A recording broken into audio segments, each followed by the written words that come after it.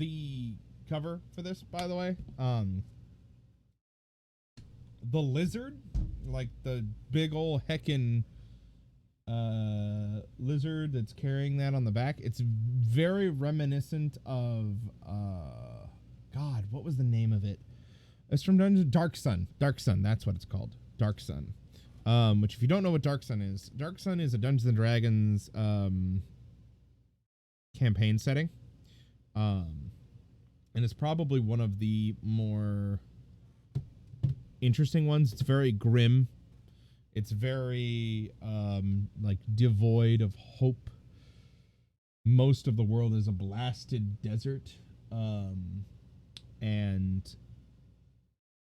basically doing anything in it is considered bad, but you know, people are people, and they're going to do what they can to survive and or enjoy themselves in the passing of time, as one does.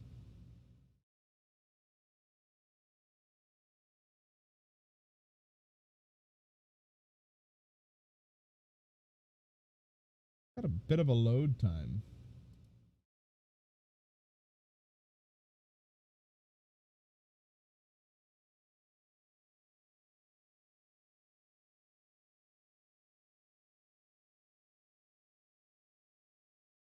Do the thing. Come on. Wonder what keeps it loading so long. They have a lot of content that has to front load.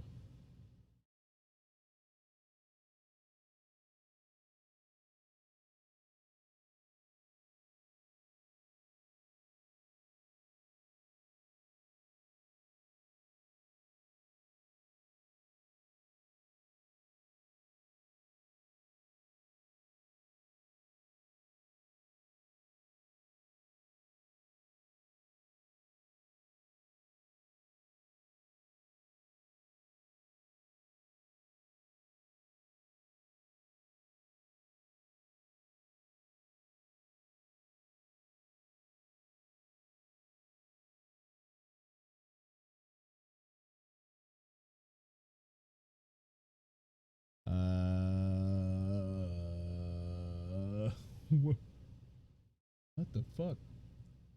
This game has fucking mega loading times. It's not frozen, by the way. Like I'm watching the progress bar, which is hidden behind my camera, and it's moving forward. It's just hella slow. I hope that the game plays faster. We don't have to worry too much about loading when we're actually in the game already.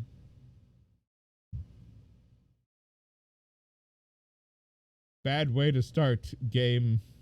Bad way to start.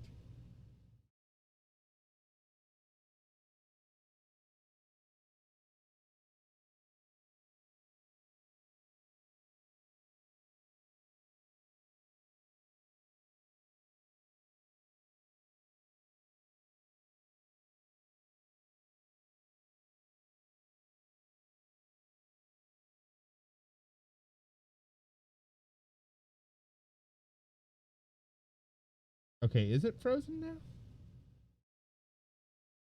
Come on.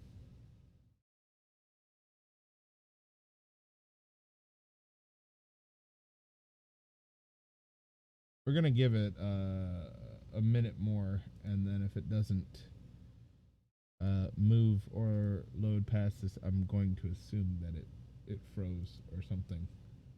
I don't know why it's taking so long.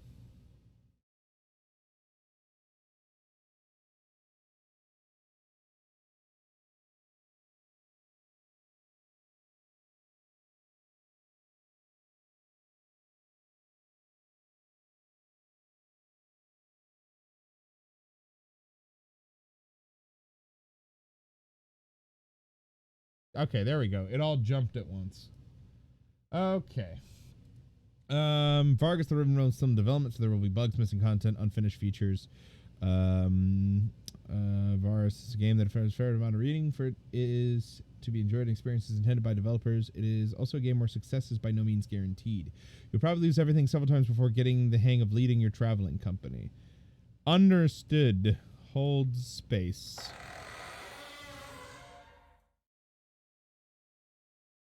Comitatus, an armed traveling company, usually carries cargo and passengers. Vargus, a venturer, vagabond, a captain, the leader of a comitatus. Okay. Are you just gonna... Oh, you're waiting for my input. Got it. The River Realms, they call it. Ooh. What a fine poetic name for something as rotten and twisted as our land has become. It was not always so. Long ago, the old empire, the noblest and most enduring society created by humankind, spanned almost the entire continent of Zerine, the cradle of man. Ooh. But after several millennia of progress and incomparable achievements, inevitably, the empire began to fall into stagnation and decadence. Desperately holding on to their privileges and resisting change while trying to avert the collapse of the realm, the emperor and his theocracy took to measures that were worthy of true despots in cruelty. Subjugating weaker realms, enslaving whole nations, strip mining foreign resources, oppressing imperial citizens. So it's War Romans. on several fronts. Genocide. Eventually, the gods could no longer tolerate such horrors wrought in their name. Foretold by an abundance of divine omens, they descended upon the empire to right its wrongs. Jesus Christ, holy fuck. Thus, in a chain of dreadful events that became known as the Calamity, they annihilated the empire in a matter of days.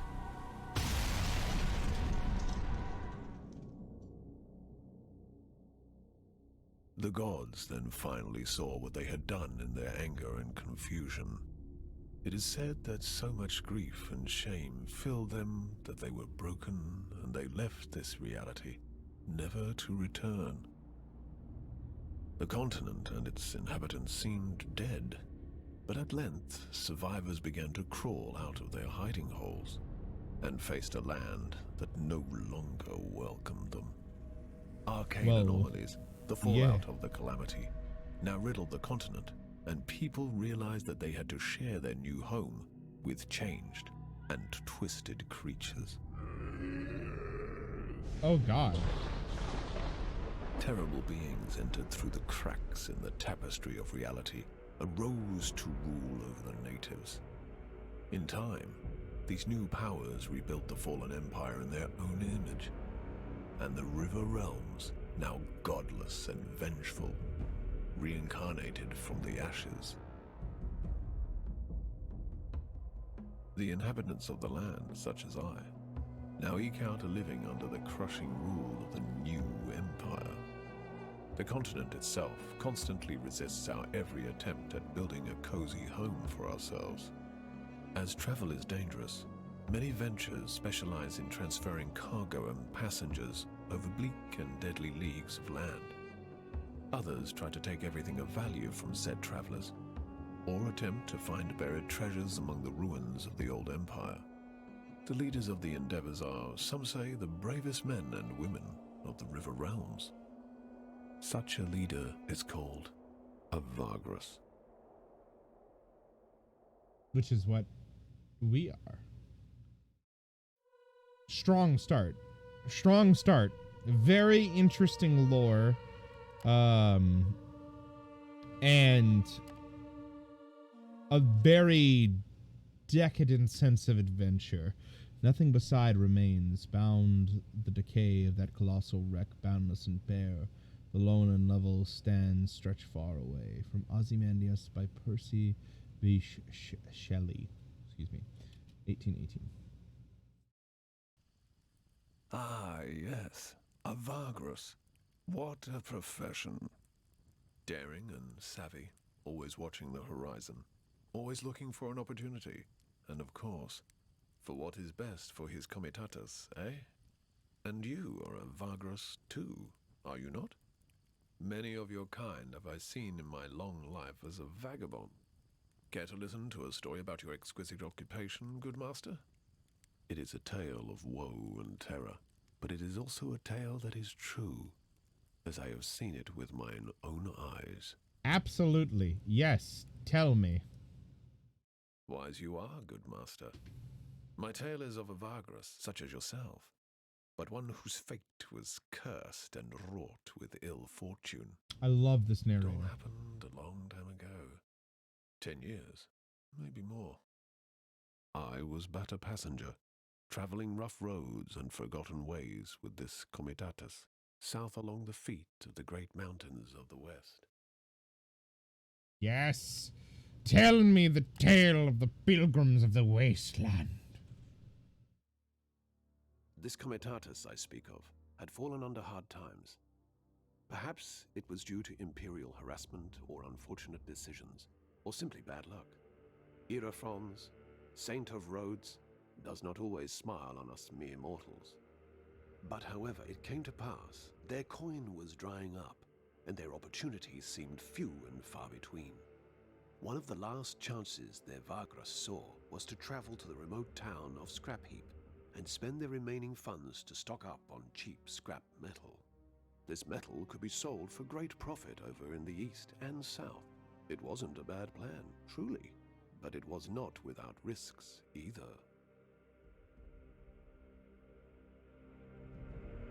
Welcome to the Vargus, the Riven Realms demo. It is part of a longer standalone story, Pilgrims of the Wasteland, which serves as an introduction to the setting and also as a tutorial to the game. It behooves you to read the tutorial text and follow the instructions to gain a better understanding of how the game works.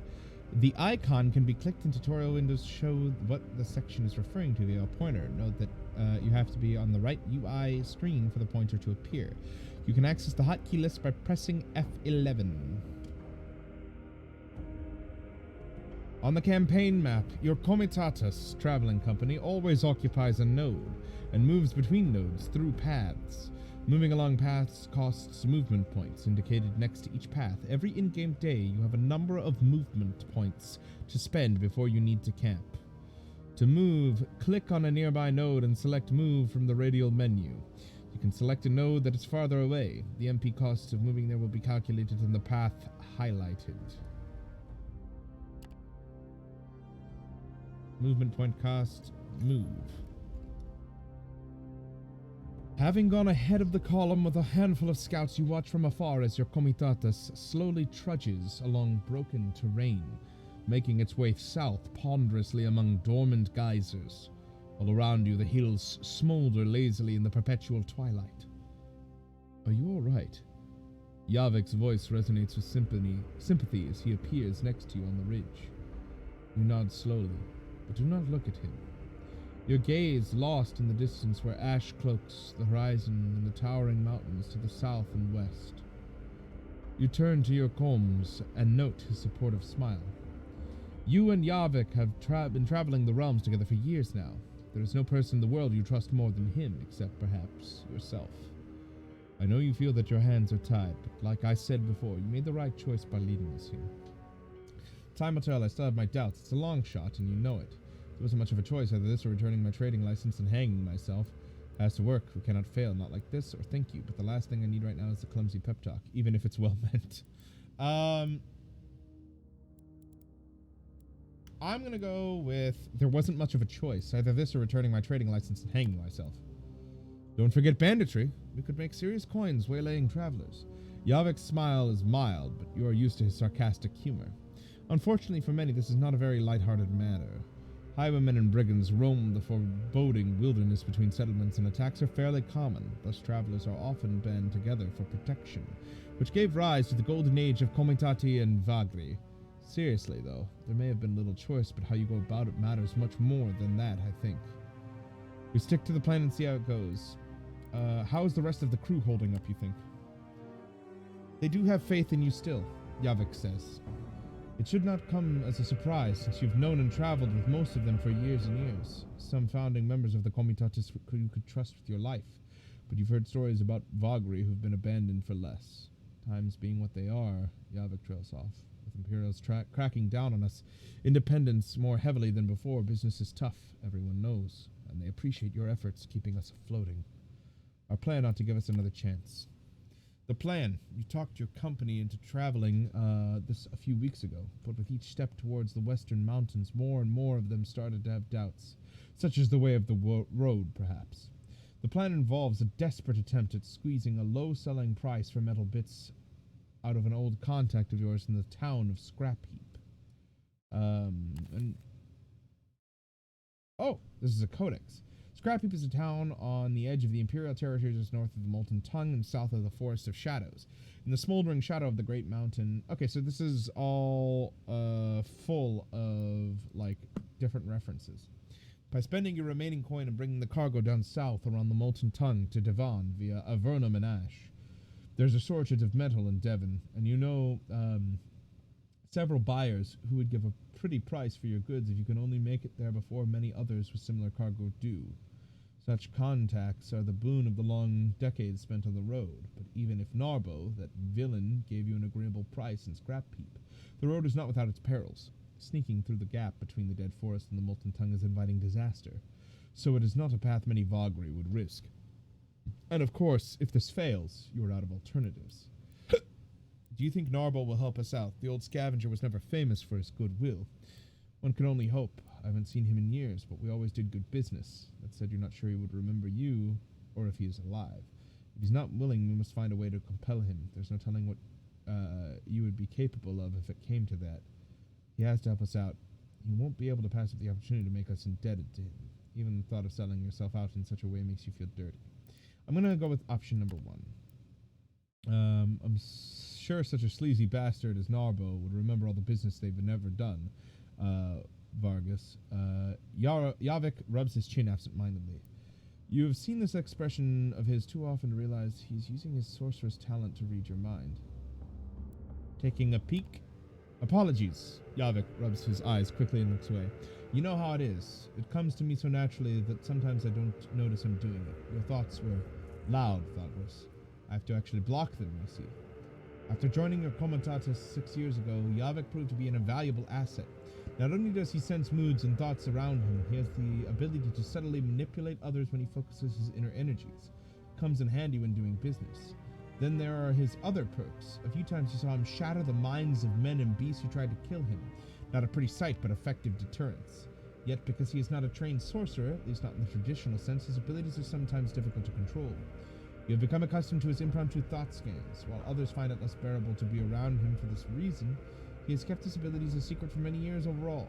But you can't keep a secret such as this for long in the close-knit community of a Comitatus.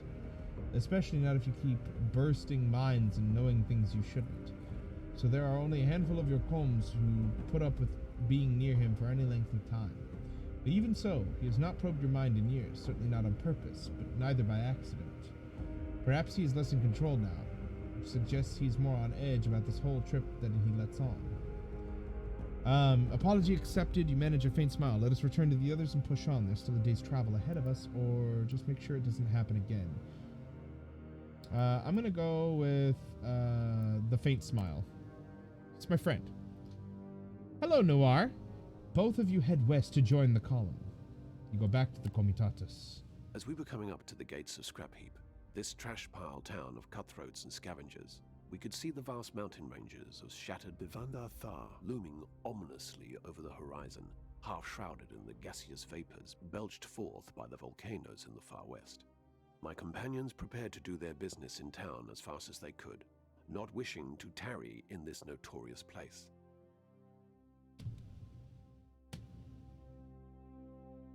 Are you not going to let me go to the thing? Okay, there we go.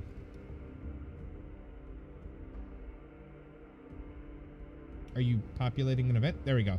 Ooh, I like whatever that is. That's cool. At the foot of the ever-fuming mountains of the ancient dwarven kingdom lies Scrap Heap. The town of scavengers, debris and junk is piled into veritable hills upon which the rickety homes of the decrepit inhabitants stand precariously. Ash lingers everywhere and the sun is almost absent from the toilet skies.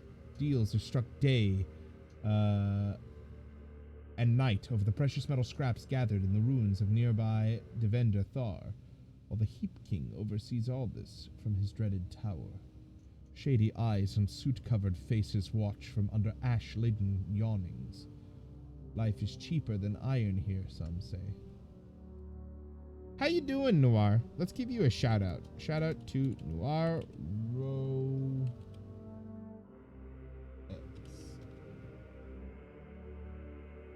There you go. About time. I remember Diana hours, but I didn't have all of the conversations with Diana that I did I'm gonna be so this time.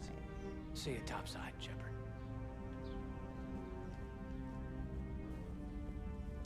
I wonder. Tally wasn't in engineering. I wonder if I did enough for this to happen. Oh, We were just, I just I came to say goodbye, and well, I think one of my mandibles got hooked on her helmet. it might have caused a rupture, so I asked him to check. Well, you know, because of infection Aw. risks, didn't want to jeopardize the mission. Yeah, you guys are cute. I love Tally and Garrus. They're a cute couple. Bless them. All right. Let's see.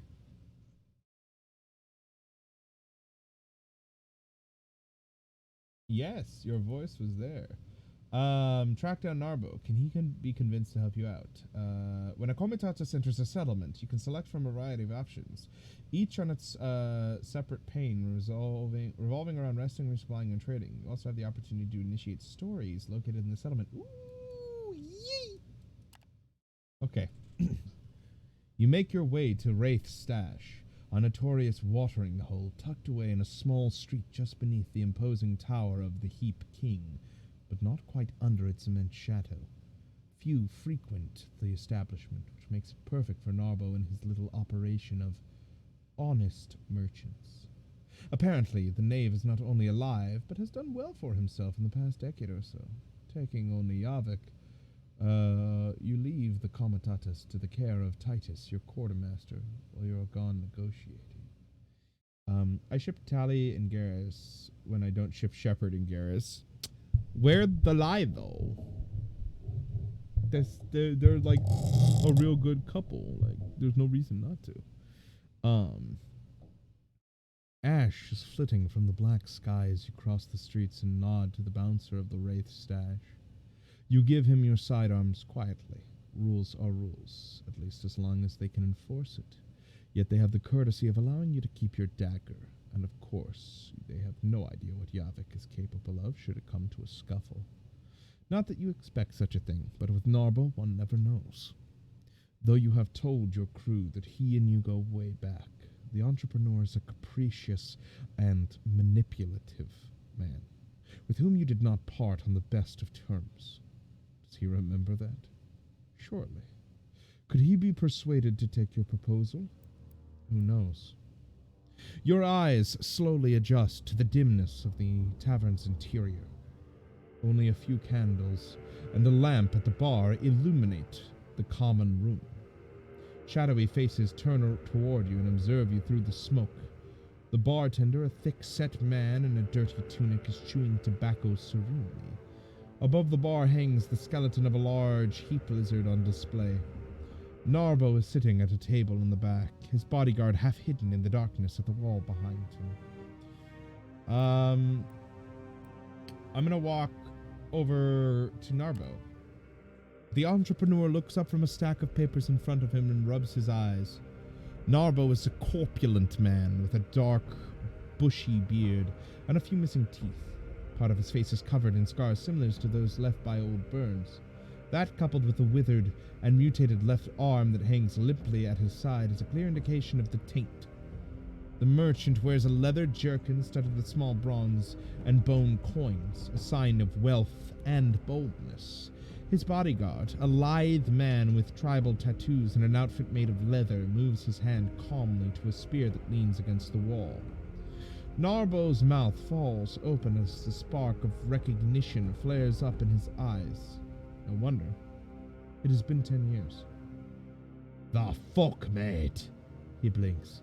"Oh, thought you croaked. people, Narbo waves his good hand around and looks at his bodyguard.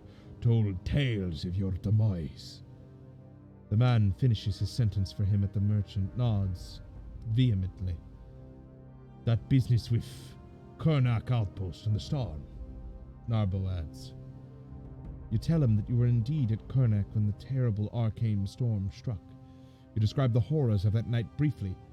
You add how many of your original comitatus died there, close friends and old traveling companions. But you walked away unscathed. This was years ago.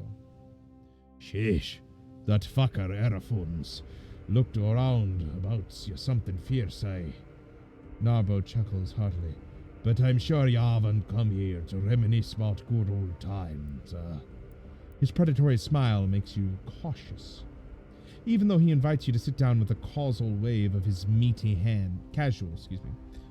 Apologize for the important way you parted 10 years ago. Get down to business already. You have no time to spare. Remind him that you do not like threats, especially not insinuated ones. Apologize him for the unfortunate way you parted 10 years ago. Far as I can tell, you never did anything against me, eh? Narbo shrugs with a wry smile.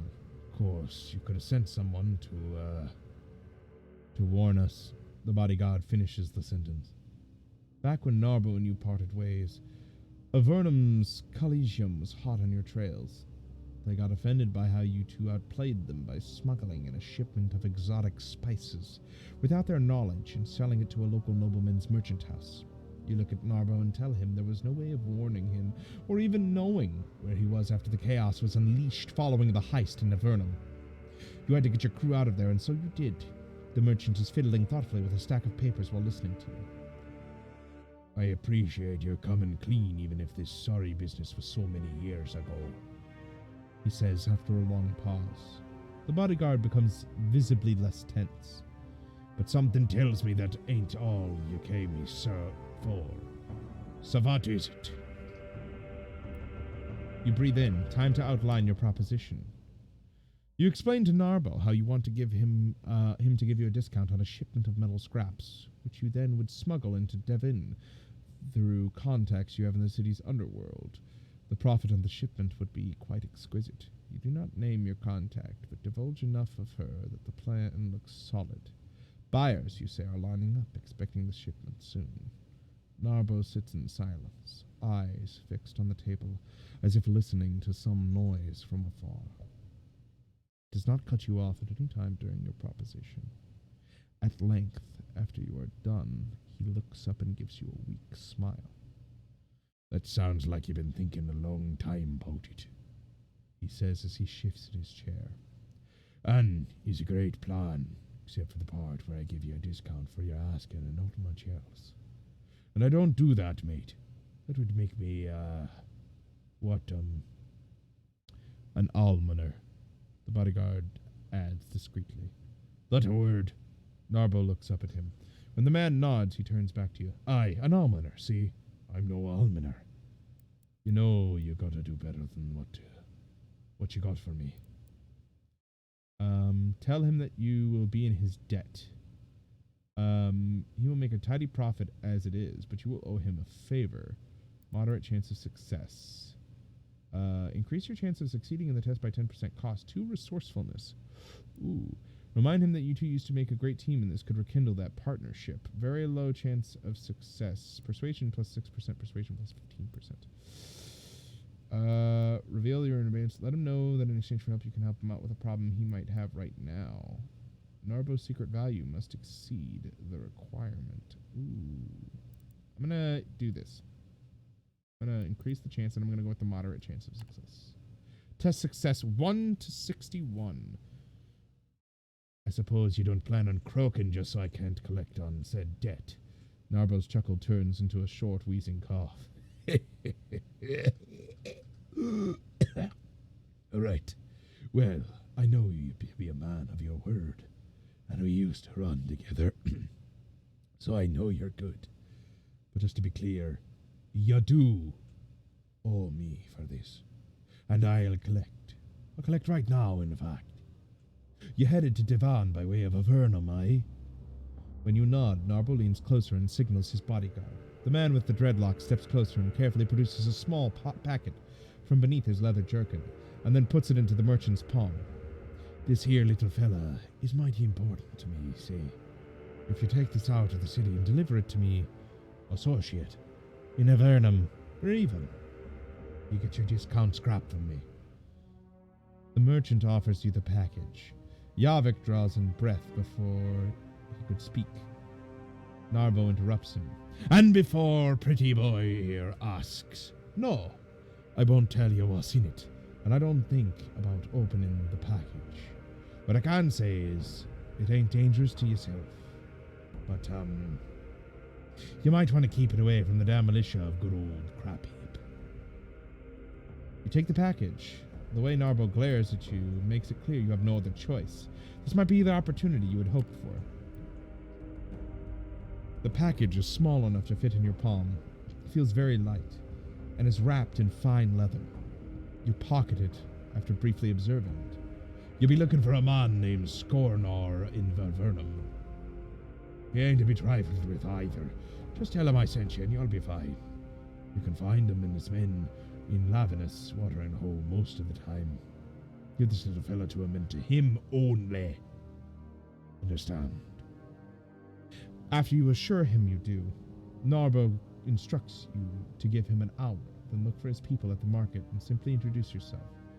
They will know what price they should give you on the metal scraps by then. He mentions to his men. You and Yavik stand up and make ready to leave. Ravare will take you to the back exit. We don't want to give people the idea they can come here to beg for almonds now, do we? Or anything to connect us to run to the militia, for that matter.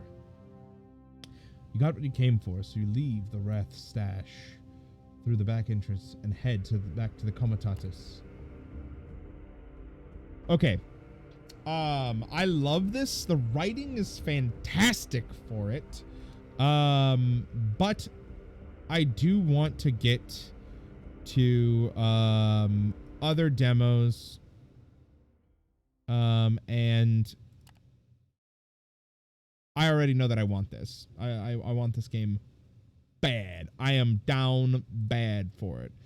On wishlist, follow fucking majestic is what it is. It feels real good to read.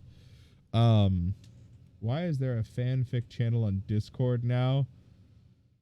You missed a lot, Satana. You missed a lot.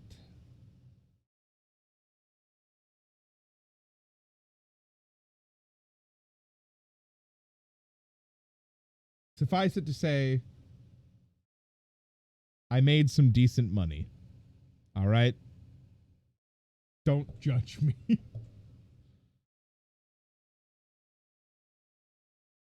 And also, the chat is full of thirsty motherfuckers. I live in a different time zone.